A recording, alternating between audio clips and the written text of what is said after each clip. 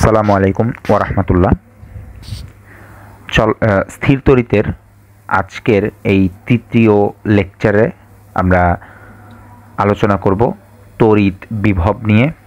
এর আগে আমাদের স্থির তড়িৎ নিয়ে দুইটা লেকচার আমরা আপলোড করেছি। একটা হচ্ছে তড়িৎ বল এবং বেসিক জিনিসপত্র নিয়ে, আর একটা হচ্ছে তড়িৎ প্রাবল্য বা তড়িৎ ক্ষেত্রের মান, সেই পার্টটা নিয়ে আমরা আলোচনা করেছিলাম। তো আজকের ভিডিওতে আমরা আলোচনা করব তড়িৎ বিভব নিয়ে, one of the most important part, তবে খুবই সহজ জিনিস।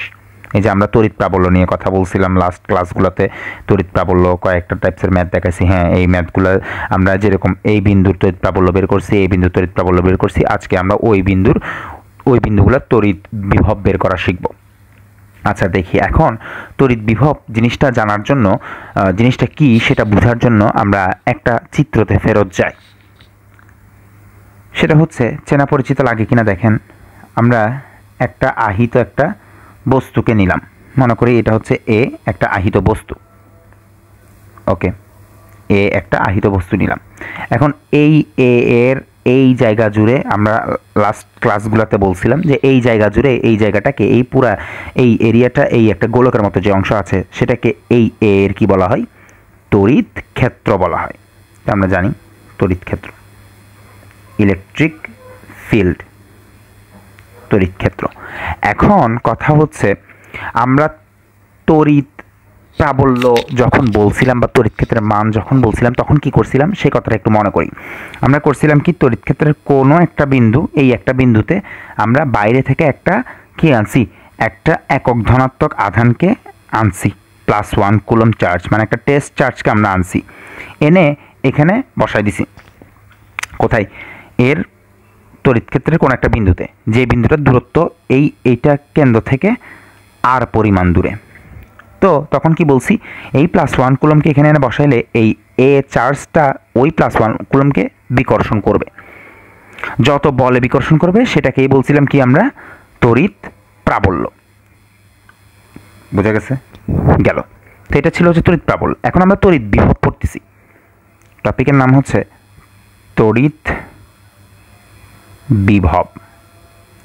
তো আগের মতোই আমরা এখানেও ঠিক সেম একটা একক ধনাত্মক আধানকেই আনবো। কিন্তু আগে আমরা কি করছিলাম, একক ধনাত্মক আধানকে আনলে ওই বিন্দুতে রাখলে এই তড়িৎ ক্ষেত্রের এই যে আহিত বস্তুটা আছে, বা আহিত বস্তু না বলে এটাকে বলে হচ্ছে বিন্দু চার্জ। এই বিন্দু চার্জ যেটা আছে সেটাকে আমরা জুম করে দেখাচ্ছি আর কি। এই বিন্দু চার্জ ওকে যত বল প্রয়োগ করে সেটা হচ্ছে একক কুলম্বের জন্য একক আধানকে কতটুকু পরিমাণ বল প্রয়োগ করতে, সেটা হচ্ছে প্রাবল্য। ঠিক সেম এখনও আমরা বাইরে থেকে, তড়িৎ ক্ষেত্রের বাইরে থেকে একটা একক ধনাত্মক আধানকে আনবো, আনতে যেটুকু কাজ করতে হবে সেটাই হচ্ছে তড়িৎ বিভব। তো তড়িৎ বিভব হচ্ছে পটেনশিয়াল বলা হয়। তো এটাই হচ্ছে তড়িৎ বিভব, যে বাইরে থেকে এখানে আনতে যতটুকু পরিমাণ কাজ করতে হবে সেটাই হচ্ছে তড়িৎ বিভব। এখন আপনার মনে কোয়েশ্চেন আসতে পারে, স্যার আপনি 1 কুলমকে কেন আনতেছেন? আগের মতো যদি স্যার এখানে যদি কিউ কুলমকে আনা হইতো, আমরা যখন তড়িৎ প্রাবল্য পড়ছিলাম তখন আমরা মনে করে দেখবেন সেকেন্ড লেকচারে আমরা +1 এর পরিবর্তে আমরা যদি কিউকে আনতাম, মানে কিউ মানে হচ্ছে যে কোনো আধান, সেটা হইতে পারে +100, +200, +300, -100, -200, -1 কোটি কুলম, যাই হোক না কেন, যেই কিউই হোক না কেন, আমরা তখন কি করছি, তড়িৎ প্রাবল্য কেমনে বের করছি? কিউকে আনলে বল পাইছি হচ্ছে কত? F। তাহলে এবার কিউ দিয়ে ভাগ করে দিলে যেটা পাচ্ছি সেটা কি, একক কিউতে, মানে একক আধানে কি বল, অর্থাৎ সেটাই ছিল প্রাবল্য। ঠিক সেম এখনও 1 কুলমকে আনলে যেটুকু কাজ করতে হয় সেটা হচ্ছে তড়িৎ বিভব। কিন্তু এখন যদি 1 কুলম না আনে, যদি কিউ কুলম আনি, তাহলে যেটুকু কাজ করতে হবে, বাইরে থেকে আনতে যেটুকু কাজ করতে হবে সেটা হচ্ছে W। এবার কিউ কুলমকে আনতে কাজ করতে হচ্ছে W, তাহলে সেই কিউ দিয়ে ভাগ করে দিলে কি পাচ্ছি, 1 কুলমকে আনতে কত কাজ করতে হয়েছে সেটাই হচ্ছে V। এটাই হচ্ছে আমার আলটিমেট তড়িৎ বিভবের সূত্র। ওকে, তো আমরা এখানে দেখতেছি যে টা হচ্ছে F এর উপর নির্ভর করে। তো Fটা যেহেতু একটা ভেক্টর রাশি, তাহলে ইও হবে ভেক্টর রাশি। এখন ভিটা হচ্ছে ডাব্লিউর উপর নির্ভর করে, যেহেতু ভিটা একটা কি রাশি, ডাব্লিউটা একটা যেহেতু স্কেলার রাশি, তাহলে ডাব্লিউ যেহেতু একটা স্কেলার রাশি, তাহলে অবশ্যই তড়িৎ বিভব কি একটা স্কেলার রাশি। এটা স্কেলার আর এটা ছিল ভেক্টর। আচ্ছা, গেল। এবার আমরা ভি এর একটা সূত্র, ই এবং ভি এর মধ্যে একটা সম্পর্ক জানি, সেটার প্রতিপাদন আমি দেখাচ্ছি না, আমরা জাস্ট লিখে দিই। সেটা হচ্ছে ই ইজ ইকুয়ালস টু, মাথায় রাখবেন, ভি ডিভাইডেড বাই আর। যেখানে আরটা হচ্ছে এই ডিস্টেন্সটা আর কি মনে করেন। তো এখন আমি ই এর সূত্র কিন্তু জানা আছে, তাহলে ভি ইজ ইকুয়ালস টু আমি কি বলি ই ইন্টু আর। এবার ই এর মানটা বসাই দিই, ই এর সূত্র আমার জানা আছে সি, যেই আধানের ক্ষেত্র সেটার কিউ হবে ডিভাইডেড বাই আর স্কোয়ার। এবার এটার সাথে আর গুণ করে দিলে এই আর স্কোয়ার এবং আর কাটাকাটি গিয়ে সূত্রটা দাঁড়াবে হচ্ছে C Q A by R. এবং এটাই হচ্ছে আমাদের সেই নির্ণেয় কোনো একটা বিন্দুতে, তড়িৎ ক্ষেত্রে কোনো একটা বিন্দুতে বিভব কত সেটা হচ্ছে এই সূত্র দিয়ে আমরা বের করতে পারি, সি কিউ বাই আর। অর্থাৎ আপনার ই জানা ছিল C Q by R square, আর এটা হচ্ছে সি কিউ বাই আর। কিউটা কার? যার তড়িৎ ক্ষেত্র তার কিউ। বুঝতে পারছি? গেল। তাহলে এইটা হচ্ছে ভি। এখন কথা হচ্ছে স্যার এটা যেহেতু স্কেলার, আমি আপনাদেরকে সেকেন্ড ভিডিওতে বা ফার্স্ট ভিডিওতে যখন তড়িৎ বল কিংবা তড়িৎ প্রাবল্য পড়াইছি তখন আমি কিন্তু আপনাদেরকে প্লাস মাইনাসের পার্টটাকে ভুলে যেতে বলছি, মানে আমরা ডাইরেকশন নিয়ে কাজ করছি। পয়েন্ট টু বি নোটেড, অবশ্যই বলতেছি, যখন ভেক্টর ছিল তখন আমি প্লাস মাইনাসকে স্কিপ করে ডাইরেকশন দিয়ে ম্যাথ করছি, কিন্তু এই ভিটা কিন্তু স্কেলার, এখানের প্লাস মাইনাস দিয়ে কিন্তু কি বোঝানো হয় না, ডাইরেকশন বোঝানো হয় না, এখানে প্লাস মাইনাস দিয়ে ডাইরেক্ট মান বোঝানো হয়। তাই এই ক্ষেত্রে যখন বিভব আসবে, বিভবের ম্যাথের ক্ষেত্রে অবশ্যই আমি লিখে দিচ্ছি, বিভবের ম্যাথে অবশ্যই কিউ এর, কিউ মানে হচ্ছে কি চার্জ আর কি, কিউ এর চিহ্ন মানে প্লাস মাইনাস সহকারে বসাতে হবে, অবশ্যই বসাতে হবে। এখানে আপনি বাদ দিতে পারবেন না, কারণ এটা হচ্ছে স্কেলার রাশি। স্কেলার রাশির ক্ষেত্রে প্লাস মাইনাস অবশ্যই ইউজ করতে হবে। আপনারা এখানের মধ্যে দেখেন আগে কি করছিলেন, ই ইকুয়ালস টু আপনি জানতেন কি E is equals to C Q A by R square. এইখানে যখন আমরা ডাইরেকশন কাউন্ট করে ফেলছি তখন আর কিউ এ এর সাইন কিন্তু আপনি বসান নাই। কিন্তু এই ক্ষেত্রে যখন আপনি কি পড়বেন, যখন আপনি পড়বেন হচ্ছে ভি মানে বিভব পড়বেন, তখন অবশ্যই আপনার কি করতে হবে, এখানে প্লাস মাইনাস সাইন সহকারে বসাতে হবে। কোনো চিন্তা ভাবনা করতে পারবেন না, কোনো চিন্তা মাথায় রাখা যাবে না যে ডাইরেকশন কোন দিকে হচ্ছে না হচ্ছে, এরকম কোনো চিন্তায় রাখা যাবে না। যেটাই হোক না কেন আপনার কিউ এ এর সাইন বসাইতেই হবে, কোশ্চেনে যেটা দেওয়া থাকবে সেটাই বসাইতে হবে। ওকে, গেল। এবার তাইলে আমরা এইটাতে ফেরত যাই, V is equals to W Q. তাহলে ভি ইজ ইকুয়ালস টু যেহেতু ডাব্লিউ বাই কিউ, তাহলে আমরা ডাব্লিউ ইজ ইকুয়ালস টু কী বলবো, ভি কিউ। এবার এখানের কিউটা কি, এই যে দেখেন এখানের এফ এর মধ্যে যেই কিউ বা এখানে যেই কিউ বা এফ এর নিচে যেই কিউ বা এখানে ডাব্লিউর নিচে যেই কিউ, এই কিউটা কি, এই কিউটা হচ্ছে বাইরের থেকে যেই কিউটা আনছি সেটা। বুঝতে পারছি? আর ই এর মধ্যে যেই কিউটা আছে সেটা কি, যার তড়িৎ ক্ষেত্র সেটা। ঠিক সেম আমি যখন ভি বলতেছি, ভি এর ক্ষেত্রে যেই কিউটা আছে সেটা হচ্ছে যেই যার তড়িৎ ক্ষেত্র সেটা, কিন্তু ডাব্লিউর ক্ষেত্রে যেই কিউটা বলতেছি সেটা বাইরের থেকে যেই চার্জটা আসছে সেটা। বুঝতে পারছি? ওকে, তাহলে এখন আমরা এখানের মধ্যে যদি ভি এর মান বসাই দিই, ভি এর মান কি, সি কিউ হচ্ছে কোনটা, যার তড়িৎ ক্ষেত্র তারটা, এইটা ইন্টু কিউ, এটাই হচ্ছে ডাব্লিউ। অর্থাৎ এই ডাব্লিউ মানে হচ্ছে আপনি তড়িৎ ক্ষেত্রের বাইরে হতে এই কিউ পরিমাণ চার্জকে তড়িৎ ক্ষেত্রের এই বিন্দুটাতে আনতে আপনার যেটুকু কাজ সম্পন্ন করতে হচ্ছে সেই কাজটা হচ্ছে C Q A into Q divided by R. এই কিউটাকে আমি উপরে লিখি তাহলে দেখতে সুন্দর দেখাই, এইটাই হচ্ছে আমার কৃত কাজ ওই বিন্দুতে আনতে। এবার দেখেন এই বিন্দুতে না এনে যদি এই বিন্দুতে আনতাম, মানে বাইরে থেকে এই বিন্দুতে আনতাম, তখন দেখা যাচ্ছে কি আর চেঞ্জ হয়ে যাচ্ছে, তাইলে ওই বিন্দুতে কৃত কাজ আরেকটা হইতো। তাই তো তড়িৎ ক্ষেত্রের বিভিন্ন বিন্দুর প্রাবল্য যেমন বিভিন্ন হয় আর এর কারণে, ঠিক সেম একই তড়িৎ ক্ষেত্রের বিভিন্ন বিন্দুতে তড়িৎ বিভবও বিভিন্ন হয়। তাহলে আমরা বুঝতে পারলাম। ওকে, তাহলে আমরা ইটাও বুঝলাম, সি বিটাও বুঝলাম, ডাব্লিউও বুঝলাম। এবার খেয়াল করেন, যদি মনে করেন এখানে তো আমি কি বলছি, আমি বলছি যে এই আধানটাকে বাইরে থেকে এখানে আনতে কৃত কাজটা হচ্ছে এই ডাব্লিউ, কিন্তু পরীক্ষা যদি আপনাকে বলে যে তড়িৎ ক্ষেত্রের ভেতরে এক বিন্দু থেকে আরেক বিন্দুতে নিয়ে যেতে, মনে করেন তড়িৎ ক্ষেত্রের ভেতরে এইটা হচ্ছে 1 নম্বর বিন্দু, এই বিন্দুতে মনে করেন দূরত্বটা r1, অর্থাৎ এখানে একটা আধান আছে। কোন জায়গায়? এই জায়গায় একটা আধান আছে, আমি একটু কালার দিয়ে দেখাই, এই যে এই জায়গায় একটা আধান আছে। এখন বলতেছে সেটাকে এখানে কোনো একটা জায়গায় 2 নম্বর বিন্দুতে নিয়ে যাইতে, মনে করেন এটা হচ্ছে 2 নম্বর বিন্দু, এবং 2 নম্বর বিন্দুর দূরত্ব কত বললাম হচ্ছে r2।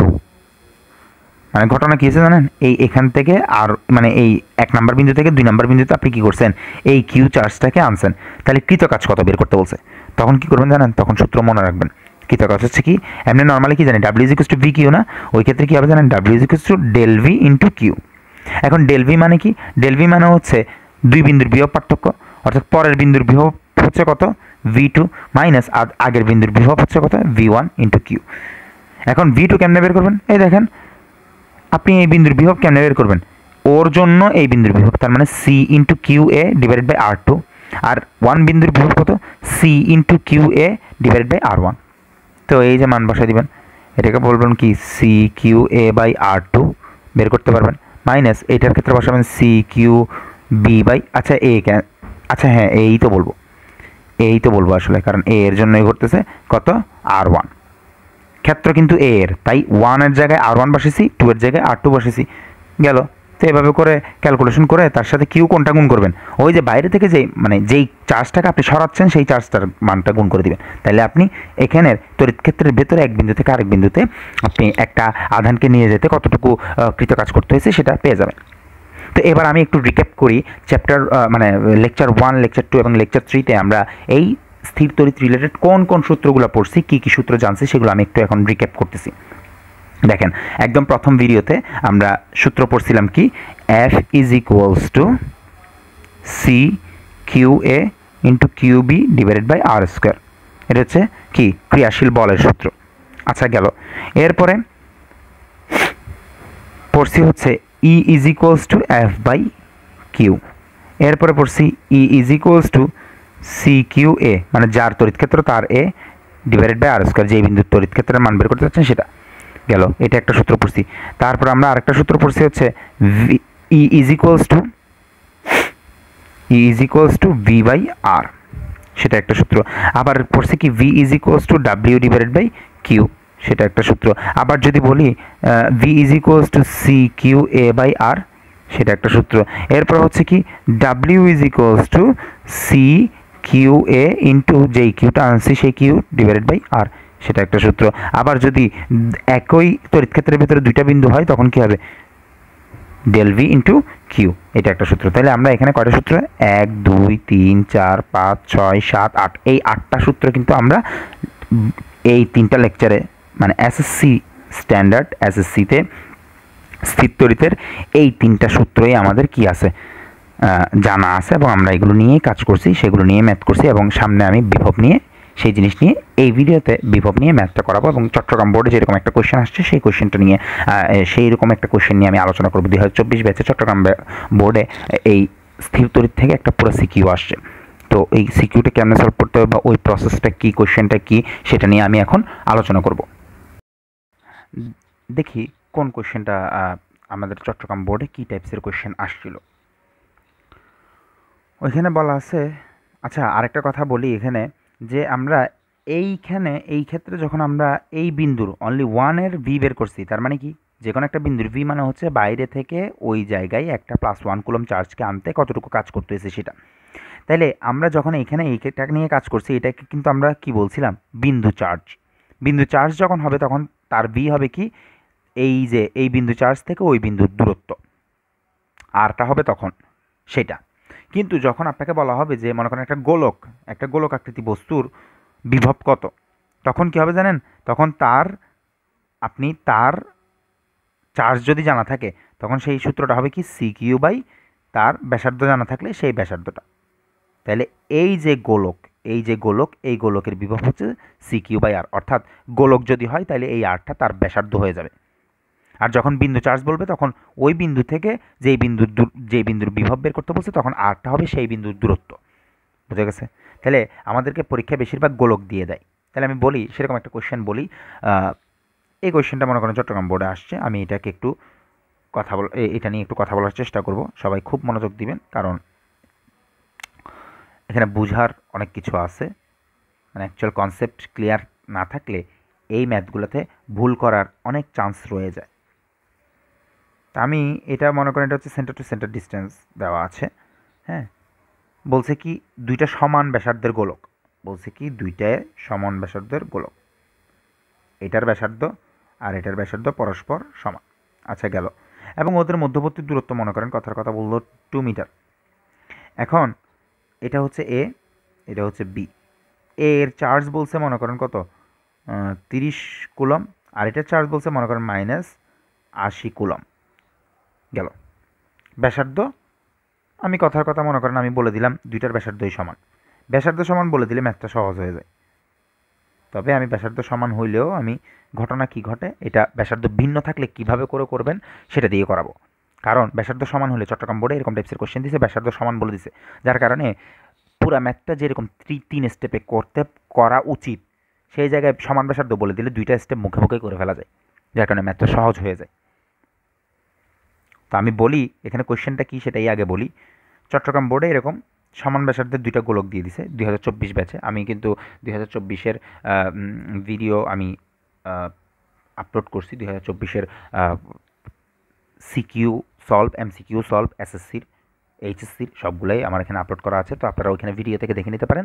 ওই সিকিউটা আমি কিন্তু সলভ করাইছি। এইটা ওইখানে কি করছি, কোয়েশ্চেনটা বলছে কি, মানে এখানে কিন্তু আমি মান চেঞ্জ করে দিছি। ওরা যেভাবে বলছে মানে সিনারিও সেম রেখে আমি মান চেঞ্জ করে দিছি।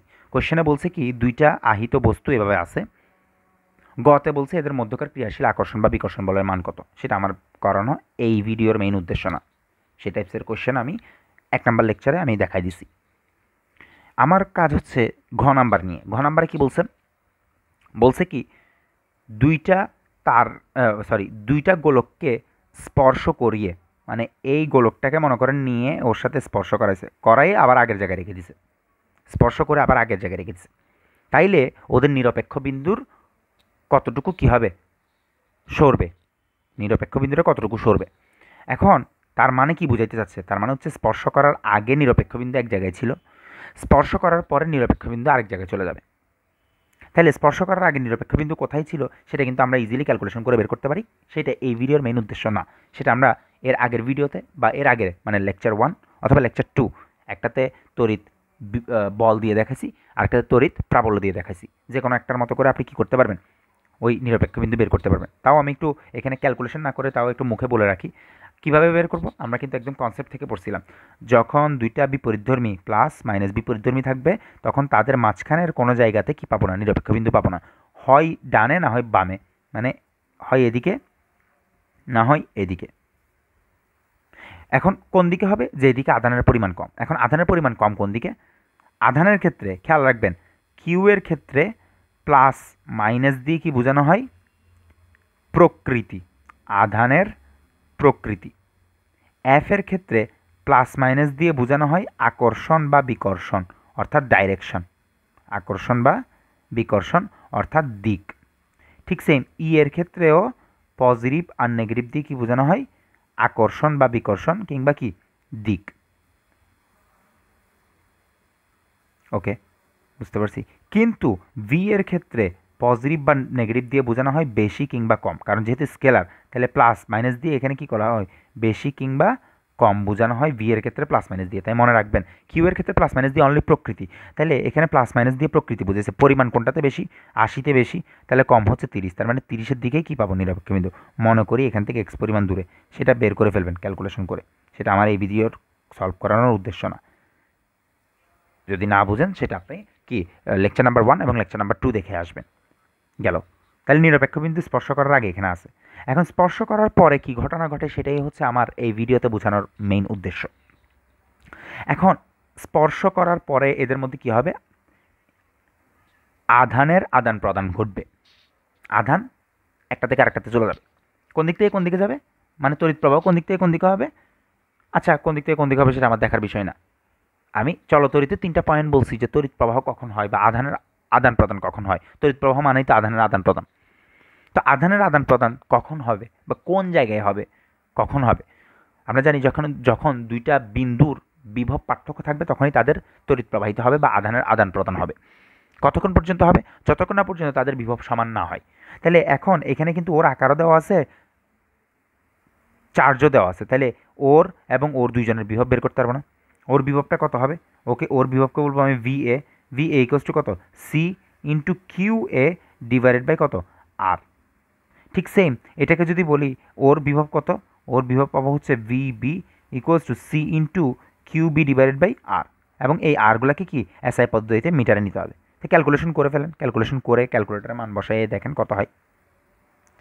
এখানে অবশ্যই কিউ এর প্লাস মাইনাস সাইন সহকারে বসাবেন এবং ভি এর মান প্লাস মাইনাস সহকারে লিখবেন, অবশ্যই। তাহলে এখানে হয় কি, সি এর মান বসাবো এবং কিউ এর মান +30 ডিভাইড বাই আর এর মান 100 সেন্টিমিটার মানে 1 মিটার, সেটা কত 2.7 ইন্টু 10⁻11 ভোল্ট। আচ্ছা, এটাকে ভোল্টও লেখা যেতে পারে। দেখেন, এটাকে আমরা ভোল্টও লিখতে পারি, কিংবা জুল পার কি বলতে পারি, কুলম্ব বলতে পারি। তো জুল পার কুলম না বলে আমরা কি বলবো, ভোল্ট বলবো আর কি। ভোল্ট বলাটাই বেটার। ওইটা যেরকম নিউটন পার কুলম প্রাবল্যটা, এটা জুল পার কুলম আর কি। আচ্ছা, যাই হোক, আমি পাইলাম। ঠিক সেম আমি ভি বিটাও যদি করি, এখানে কত বসাবো, উপরে বসাবো হচ্ছে 9 ইন্টু 10⁻9 ইন্টু কত, -80। -80 সহকারে বসাইলে ডিভাইডেড বাই 1 মিটার, মানে 100 সেন্টিমিটারকে 1 মিটার, তাহলে আসে -7.2 ইন্টু 10⁻11 ভোল্ট গেল। এখন স্পর্শ করার পরে কি হবে? স্পর্শ করার পরে ওদের মধ্যে আধানের আদান প্রদান হবে। কিভাবে হবে? এমনভাবে হবে যাতে করে বিভব পার্থক্য শূন্য হয়, অর্থাৎ দুইজনের বিভব সমান না হওয়া পর্যন্ত হবে। অর্থাৎ স্পর্শ করাই দিলে এই এ এর বিভব আর বি এর বিভব দুইজনেরটাই সমান হয়ে যাবে। তো সমান হয়ে যাবে কত হবে? সমান হয়ে কত হবে? দেখেন, আমি আপনাকে দিলাম হচ্ছে 3 টাকা, আরেকজনকে দিলাম, আপনার পাশের জনকে দিলাম 7 টাকা। এ কে দিলাম 3 টাকা, বি কে দিলাম 7 টাকা। এবার বললাম দুইজনের মধ্যে সমান ভাগে নিতে। তাহলে সমান ভাগে নিতে হলে কী করবেন? এ এরটা আর বি এরটা যোগ করবেন। যোগ করে 10 আসে, সেটাকে 2 দিয়ে ভাগ করুন, 5। তাহলে এও পাবে 5, বিও পাবে 5। তার মানে দুইজনটা যোগ করে 2 দিয়ে ভাগ করে দিলে সমান হয়ে যায় না? তার মানে এখন দুইজনকে যদি আমরা কানেক্ট করে দিই, তাহলে দুইজন কানেক্ট করার পরে যে নতুন বিভব পাবো, সেই বিভবটা এর জন্য ভি, ওর জন্য ভি সেম, এবং সেটার মান কত? সেটার মান হচ্ছে V A plus VB divided by 2। ঠিক same, V A plus VB divided by 2। তাহলে এবার ভি এ প্লাস ভিবি কত? ভি এ এর মান হচ্ছে 2.7 ইন্টু 10⁻11 প্লাস ভিবি এর মান কত? -7.2 ইন্টু 10⁻11 ডিভাইডেড বাই 2। এটা যদি আমরা ক্যালকুলেটরের মান বসাই, কত হয় দেখি। 2.7 ইন্টু 10⁻11 ডিভাইডেড বাই 2, এটা আসা হচ্ছে -2.25 ইন্টু 10⁻11 ভোল্ট। তাহলে ওর জন্য যেরকম আসছে ঠিক সেম ওর জন্য সেম আসবে না? এবার দেখেন দুইজনের বিভব কিন্তু সমান হয়ে গেছে। এবার দুইজনের বিভব থেকে আমরা কি করব? দুইজনের আবার নতুন চার্জ বের করব। সেই নতুন চার্জ বের করার পরে তারপর ওদের নিরপেক্ষ বিন্দু বের করব। তো এই ম্যাথটা আমি শর্টকাটেও করে ফেলতে পারি। কীভাবে করবো সেটা আগে, এটা করে ফেলার পরে করি। এবার দেখেন, এর জন্য বলি, এর ভিটা কত হবে? এর ভিটা তো হয়ে গেছে এত, ওর ভিটাও এত, দুইজনের ভিটাই সমান হয়ে গেছে। এবার ওর ভি ইকোয়াস টু কী বলবো? ওর নতুন কিউ, বি এর নতুন কিউ ডিভাইড বাই ওর ব্যাসার্ধ। ঠিক সেম, এটা ইকোয়াস টু কী বলবো? এ এর নতুন কিউ ডিভাইড বাই আর। এবার এখান থেকে যদি করি তাহলে কি হয় দেখেন, এই ভি এর সাথে আর গুণ করে দিলে আর হচ্ছে 1, এখানে ওকে ভাগ করে দিব কত দিয়ে? 9 ইন্টু 10⁻9 দিয়ে ইয়া করে দিলে হয়ে যায় কত দেখেন, কিউ বি প্রাইম হয়ে যায় কত জানেন? -25 কুলম। ঠিক সেম এখানেও পক্ষান্তর করে টুরে কিউ এ প্রাইম ক্যালকুলেশন করলেও দেখা যায় কি -25 কুলম। অর্থাৎ দেখেন ম্যাথটা কেন সহজ হয়ে যায় সেটা কেন বলছি খেয়াল করে। আমাদের কাজ কিন্তু কি বিভব সমান হবে সেটা জানা, কিন্তু এখানে কাকতালীয়ভাবে বিভব সমান হওয়ার পাশাপাশি আধানও সমান হয়ে গেছে এই ম্যাথের জন্য অনলি। মানে এই কন্ডিশনে যখন ব্যাসার্ধ সমান থাকে তখন আধানও সমান হয়ে যায়। তো এটাকে অনেকে কনসেপ্ট মনে করে যে দুইটা আহিত বস্তুকে পরস্পর যদি যুক্ত করি বা স্পর্শ করি ওদের আধান সমান হয়ে যায়। না স্যার, এটা কিন্তু কনসেপ্ট না। এইটা কখন হবে? যখন ব্যাসার্ধ সমান হবে। যদি দুইটা ভিন্ন ব্যাসার্ধ হইতো তখন কিন্তু ঠিকই আমি যে এই প্রসেসে করে আসছি সেভাবে করে আসতেন, তখন দেখতেন কিউ বি প্রাইম আর কিউ এ প্রাইম সমান হইতো না, দুইটা দুই রকম ভিন্ন হইতো। তো এই ম্যাথটাতে আমাদের কাকতালীয়ভাবে মিলে গেছে যে সেরকম করে, তাহলে সমান হয়ে গেছে। তাই চট্টগ্রাম বোর্ডে যেই সলভটা আছে সেই সলভের মধ্যে দেখিয়েন আমি কিন্তু ভিটা নিয়ে আর কাজ করি নাই, ভি নিয়ে আর কাজ করি নাই। দেখাইছি যে কি প্রথমে বলে দিছি বলতে হবে কিন্তু দুইজনের ভি সমান হয়ে যাবে, স্পর্শ করলে কি ঘটবে সেটা বলতে হবে। দুইজনের ভি সমান হলে ক্যালকুলেশন করে আমি দেখিয়েন ওই কোয়েশ্চেনটাতে সলভ করছি। দুইজনের ভি সমান হলে কিউ যে সমান হয়ে যায় সেরকম একটা ইকুয়েশন দেখাইছি। তারপর আমি কি করছি জানেন? দুইজনের ভিকে সমান না দেখাই কিউকে সমান দেখাই দিছি, কারণ এই কন্ডিশনের জন্য কিউও সমান হয়ে যায়। শুধু এই কন্ডিশনের জন্য, সব সময় না। সব সময় কিন্তু ঘটনা ঘটবে যে এইটাই আলটিমেট আমাদের কনসেপ্ট হচ্ছে ভি সমান হবে কিউ সমান হবে এটা কিন্তু আমাদের কনসেপ্ট না, কিন্তু এই ম্যাথে কিউ সমান হয়ে যাচ্ছে। তাহলে কিউ কেমনে সমান করতাম, দেখেন -80, -80-র সাথে কত 30 যোগ করলে হয়ে যায় -50 ডিভাইড বাই 2 অর্থাৎ -25, অর্থাৎ দুইজনই -25 হয়ে গেছে। এবার -25, সরি ভোল্ট কেন লিখছি এটা, এক্সট্রিমলি সরি, আমি ভোল্ট লিখছি, এটা হবে কত -25 কুলম হবে আর কি, যেহেতু চার্জ বলতেছি কুলম্বই হবে সেটা আপনারা সবাই জানেন, এখানে আমি নিজেও লিখছি 25 কুলম, 25 কুলম। এবার দেখেন, এবার দুইজনে যখন 25 কুলম -25 হয়ে গেছে, তখন আমার আর নিরপেক্ষ বিন্দু বের করার জন্য ম্যাথ করার দরকারও নাই। কেন স্যার, কারণ দেখেন দুইজনই সমধর্মী, আর সমধর্মী হইলে মাঝখানে কোনো জায়গায় হবে, এবং দুইজন পরস্পর সমান, যার কারণে একদম মাঝখানের বিন্দুটাই হবে না নিরপেক্ষ বিন্দু, এই যা, তার মানে সেটা এদিক থেকে কত মিটার, 1 মিটার। তার মানে এখানে আপনি এক্স পাইছিলেন, এবার নিরপেক্ষ বিন্দু কতটুকু আসবে, এই এক্স প্লাস এই 1, তার মানে এইটুকু সরে আসবে না, 1 প্লাস ওই এক্স যেটা পাইছিলেন মান, সেটা এত মিটার কি হয়ে যাবে, ডানে সরবে আর কি। বুঝতে পারছি? তো এই ম্যাথটা এভাবে করেই করবে। তা আমরা এখান থেকে বুঝতে পারলাম যে আসলে বিভব কিন্তু কি হয়, সমান হবে। স্পর্শ করলে কিংবা পরিবাহী তার দ্বারা যুক্ত করলে বিভব সমান হবে। যদি ব্যাসার্ধ সমান হয় তাহলে বিভব সমান হওয়ার পাশাপাশি আধানও সমান হয়ে যায়। তবে আপনার থেকে মাস্ট উল্লেখ করতে হবে যে বিভব সমান হবে। আর যদি ব্যাসার্ধ ভিন্ন থাকে তখন এইভাবে করে ক্যালকুলেশন করবেন, এই ক্যালকুলেশন করে তারপরে এখানে ব্যাসার্ধ এর ব্যাসার্ধ ভিন্ন, ওর ব্যাসার্ধ ভিন্ন ক্যালকুলেশন করে কিউ বি প্রাইম একটা পাবেন, কিউ এ প্রাইম আরেকটা পাবেন। তারপর নতুন নিট বল কোন জায়গায় জিরো বা কোন জায়গায় নিরপেক্ষ বিন্দু পাওয়া যায় সেটা আপনি বের করে নেবেন। তো এই পার্টটা রইল এইটুকু। এবার আমরা আমাদের সেই প্রাবল্যের ক্ষেত্রে যেই কোয়েশ্চেনটা দেখছিলাম সেই কোয়েশ্চেনটা আবার নিয়ে আসি, কারণ প্রাবল্যের যে কোয়েশ্চেনটা ছিল সেম কোয়েশ্চেন আমরা এখানে বিভবের মধ্যে দেখব।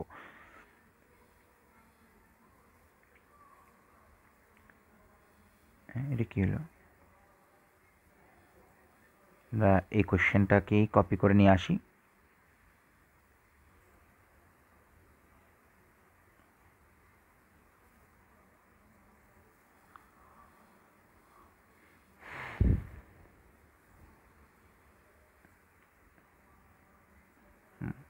মুছে রাখি, এগুলো আমার দেখানোর দরকার নেই। আমাকে কি বলছে, মনে করেন এটা বলি হচ্ছে +40 কুলম। আগের মতো সেম কোয়েশ্চেন। আগে কি বলছিল, আগে বলছিল যে পি বিন্দুতে লব্ধি প্রাবল্য বের করতে, এখন বলছে পি বিন্দুতে মোট বিভব বের করতে। আচ্ছা স্যার, লব্ধি আর মোটের মধ্যে পার্থক্য কি? মাথায় রাখবেন, লব্ধি শব্দটা সচরাচর ইউজ করে কোথার জন্য, ভেক্টরের ক্ষেত্রে। কারণ লব্ধি মানে যে কোনো নর্মাল যোগ না, ডাইরেকশন কাউন্ট করে যোগ করা। আর যখন স্কেলার হবে তখন যোগ করা মানে হচ্ছে মোট। বোঝা গেছে? মোট। তাই আপনাকে যখন বিভব বলবে, বলবে কি মোট বিভব। আর যখন ভেক্টর মানে প্রাবল্য বা বল বের করতে বলবে তখন কি বলবে, লব্ধি। তাইলে স্কেলার, যেহেতু বিভব একটা স্কেলার, খুবই সহজ, এক্ষেত্রে আপনি এক লাইনে ম্যাথটা করে ফেলতে পারবেন। পি বিন্দুতে আপনার মোট বিভব বের করতে বলছে, তাইলে এ এর জন্য একটা বিভব, বি এর জন্য একটা বিভব, সি এর জন্য একটা বিভব, ডি এর জন্য একটা বিভব, সবগুলো যোগ করে দিবেন। তার মানে কত, V P is equals to কত হবে, V A plus V B plus V C plus V D. এবার এর জন্য বিভব কত সেটা বলি। এর জন্য বিভব কত, এর জন্য বিভব হচ্ছে C into Q A divide by দূরত্ব কত, আর। সেই আর এর মান আমরা বের করছিলাম। এই 2 হচ্ছে বাহুর দৈর্ঘ্য, তাহলে কর্ণের দৈর্ঘ্য কত, 2√2। আর এই আরটা কত, তার অর্ধেক, তার মানে √2 মিটার। এগুলো আমরা লাস্ট যে লেকচার নাম্বার 2, সেখানে আমরা প্রাবল্যের ম্যাথ করার সময় এগুলো করছিলাম। তা আর ঠিক সেম, বি এর জন্য কত হবে, C into Q B divided by R. C এর জন্য কী হবে, সি এর জন্য হবে কি into Q C divided by R. D এর জন্য কী হবে, C into Q D divided by R. এবার আমি সি বাই আর সবার মধ্যে কমন পেয়ে যাই, তাহলে Q A Q B Q C Q D বসাবো। কিন্তু অবশ্যই এই চার্জগুলার সাইন সহকারে বসাইতে হবে, কারণ এখানে প্লাস মাইনাস দিয়ে আপনার মান বোঝানো হচ্ছে, এখানে কিন্তু কোনো ডাইরেকশন বোঝানো হচ্ছে না। কোনো চিন্তা ছাড়াই আপনি সি বাই আর বসান। এবার কিউ এ কত, কিউ এ হচ্ছে +40, কিউ বি কত +30, কিউ সি -60, কিউ ডি +80। তাহলে কত হয়, 40 + 30 70, 70 থেকে 60 বাদ দিলে 10, তাহলে 10 আর 80 যোগ করলে 90, অর্থাৎ 90 into C by r calculation করে যা আছে মান বসে এত ভোল্ট পেয়ে যাবে। শেষ, এই ম্যাথটা এইটুকুই। এবার সেম যদি বলি, ওই এই যে এখানে আরেকটা করাইছিলাম যে, সেটাতে যদি সি বিন্দুতে বলছিল লব্ধি প্রাবল্য, এখন যদি সি বিন্দুতে আপনাকে কী বলে, লব্ধি প্রাবল্য যেহেতু বলছিল, যদি মনে করেন মোট বিভব বের করতে বলে তখন কী করবেন, তাও সেম, খুবই সহজ। এখানে কোনো ডাইরেকশন লাগবে না, এগুলো কোনো কিছুই লাগবে না, সব মুছে দিই। আর এ আর বি আমরা বের করে রাখছিলাম আগের ভিডিওতে। তাহলে এখন কী করবো, সি বিন্দুতে যদি মোট বিভব বলে তাহলে ভি সি ইকুয়ালস টু কী বলবো, এ বিন্দুর বিভব প্লাস বি বিন্দুর বিভব, মানে যার যার বিভব, কোনো একটা বিন্দুর যখন বিভব বের করতে বলবে তার চারপাশে যেই আধানগুলো আছে প্রত্যেকের জন্য ওর বিভব বের করে যোগ করে দিব। তাহলে এটা কত হবে, এটার জন্য হবে কি দেখেন, এর জন্য সিতে বিভব মানে কত, C into Q A, C into Q A divided by দূরত্ব কত, এইটা থেকে এটার দূরত্ব, এটা কত আর এ গেল, প্লাস বি এর জন্য যদি বলে তাহলে C into Q B divided by R B, শেষ। C into Q B divided by R B, এটাই হচ্ছে ওই বিন্দুর মোট বিভব। ক্যালকুলেশন করে মান বের করবেন, অত ভোল্ট, শেষ অ্যান্সার। তো আমরা স্থির তড়িতে এসএসসিতে এই সকল জিনিস নিয়ে আলোচনা করার চেষ্টা করছি, এগুলো থেকে পরীক্ষা বেশি কোয়েশ্চেন আছে, এবং এই জায়গাগুলো থেকে আমরা এইচএসসিতে যখন স্থির তড়িৎ পড়ব, স্থির তড়িতের এইচএসসির পার্টগুলোতে আমাদের অনেক কিছু এখানকার বেসিক জিনিসপত্র লাগে। যদিও আমরা এটা এসএসসির সিরিজ বানাইলাম, আমরা ইনশাল্লাহ চেষ্টা করব এইচএসসির স্থির তড়িৎ চলতড়িতের সিরিজগুলা বানাইতে, তখন আমাদের এই বেসিক জিনিসগুলা কাজে লাগবে। তো আজকের ভিডিও এইটুকুই। আরেকটা কথা, যারা ভিডিওতে অনেকে বলে যে স্যার ভিডিও ঝাপসা দেখা যাচ্ছে ইউটিউবে, স্যার বুঝতেছি না, দেখা যাচ্ছে না, আপনার স্ক্রিনটা একটু ডার্ক হলে বোঝা যায় না, তাদের জন্য বলতেছি আসলে প্রত্যেকটা ভিডিওই হচ্ছে একদম 1080p রেজুলেশনে আপলোড করা। তো আপনাদের সমস্যা কি হচ্ছে, সেটা হচ্ছে আপনাদের নেটের প্রবলেম থাকলে ঝাপসা থাকে। তো ঝাপসা থাকলে তখন কি করবেন জানেন, তখন ভিডিওতে উপরে এরকম করে একটা অপশন থাকে, মানে কি সেটিংস, এরকম একটা সেটিংস থাকে, সেটিংসে ক্লিক করবেন। সেটিংসে ক্লিক করার পরে নিচে লেখা থাকে, উপরে লেখা থাকে কোয়ালিটি, সেই কোয়ালিটিতে ক্লিক করবেন। কোয়ালিটিতে ক্লিক করার পরে তারপর লেখা থাকে, একদম নিচে লেখা থাকে অ্যাডভান্সড, সেই অ্যাডভান্সডে ক্লিক করে 1080p সিলেক্ট করবেন, দেখবেন যে একদম ক্রিস্টাল ক্লিয়ার পুরা। যদি নেট ভালো থাকে দেখবেন পুরা ভিডিও ক্লিয়ার। আমি যতগুলো ভিডিও আপলোড করি প্রত্যেকটাই ক্লিয়ার, ঠিক আছে। তো আপনাদের নেটের প্রবলেম থাকলে বা নেটে যদি একটু উইক থাকে তখন দেখা যায় কি রেজুলেশন 360-এ চলে আসে বা ইয়াতে দেখায় আর কি, মানে আপনার জন্য যতটুকু প্রয়োজন অতটুকু দেখায়। তো আপনি এটা যদি সিলেক্ট করে দেন তাহলে দেখবেন যে একদম অ্যাডভান্সড, আপনার পুরো স্ক্রিনটাই ক্লিয়ার থাকে। তো এটা বললাম কারণ অনেক স্টুডেন্ট এটা নিয়ে প্রবলেম ফেস করে যে স্যার এটা জানে না দেখেই ওরা মনে করে হচ্ছে ভিডিওর কোয়ালিটি আসলে অনেক ডাউন হয়েছে। বিষয়টা কিন্তু ভিডিওর কোয়ালিটি ডাউন না, সেটা আপনার নেট প্রবলেমের কারণে ভিডিওর কোয়ালিটিটা অটোমেটিক ইউটিউব থেকে ডাউন করে দিয়ে রাখে যে আপনার ওইখানে। তো আপনি এটা সিলেক্ট করে ভিডিওটা ক্লিয়ার করে নেবেন। তো আজকের ভিডিও এটুকুই। থ্যাংক ইউ, আল্লাহ হাফেজ, আসসালামু আলাইকুম ওয়া রাহমাতুল্লাহ।